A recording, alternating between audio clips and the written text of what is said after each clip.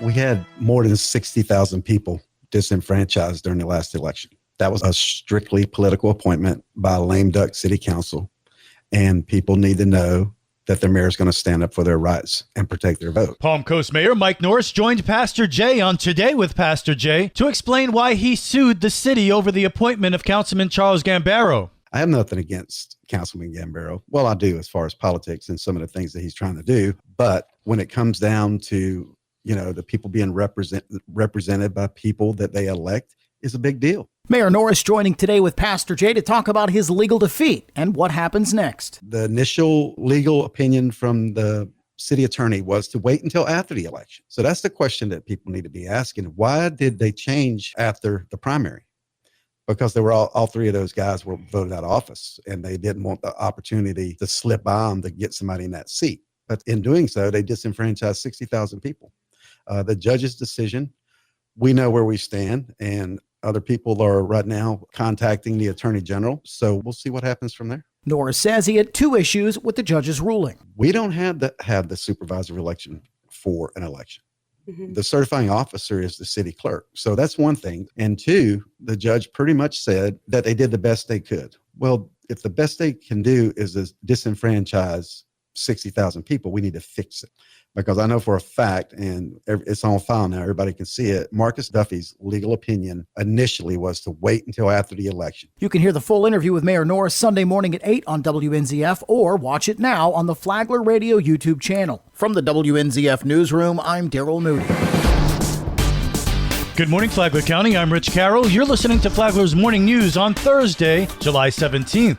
Operation Summer Slammer was a large-scale law enforcement campaign targeting crime. The Flagler County Sheriff's Office has conducted Operation Summer Slammer, a 6-month undercover operation targeting drug dealers throughout Flagler County. Flagler County Sheriff Rick Staley. 60 grams of fentanyl, that doesn't sound like much, but that is enough potentially to kill 30,000 people and various other assorted illegal narcotics. Operation Summer Slammer also resulted in the seizures of 13 firearms, 5 vehicles, and $22,000 in drug-seized profits.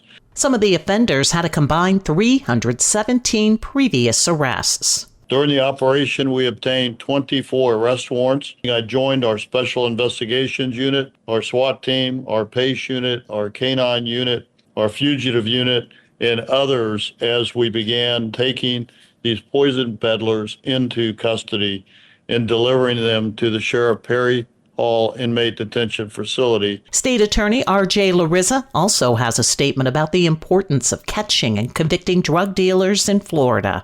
We utilize the enhancements or when they're selling the vicinity of parks, schools, daycares, other facilities, convenience stores, because of the proximity of kids and the general public. The problem is not just about drug overdoses and drug addictions and what that does to people and their families, but the sale and distribution of drugs creates more crime. 4 targeted dealers are still on the loose, which Sheriff Staley says will be caught. For Flagler's Local Morning News, I'm Karen Johnson. This local news is a service of Flagler County's Toyota dealer, Beaver Toyota in St. Augustine, conveniently located right off I-95 at exit 311. In other news, at the recent National Association of Counties Award ceremony, our community was shining bright, taking home 5 prestigious NACO Achievement Awards. Flagler County Communications Manager Karen Callahan. Fire Rescue was awarded a health award for their installed 360-degree camera systems at all 9 rescue vehicles. And Fire Rescue also won a second health award for Taco, the therapy dog. Everybody loves Taco. That's 2 for Fire Rescue. But we also have one for our IT team. They won for their drone program, their UAS program. Our Parks and Rec Award goes to A Walk in the Park. It's our monthly immersive experience hosted by our Land Management Division. And finally, our 5th NACO Award goes to Flagler County Emergency Management for their volunteer program. So those are the 5 NACO awards. Each year, NACO honors effective, innovative government programs that strengthen services for our residents. And now you're up to date on Flagler's Morning News. I'm Rich Carroll.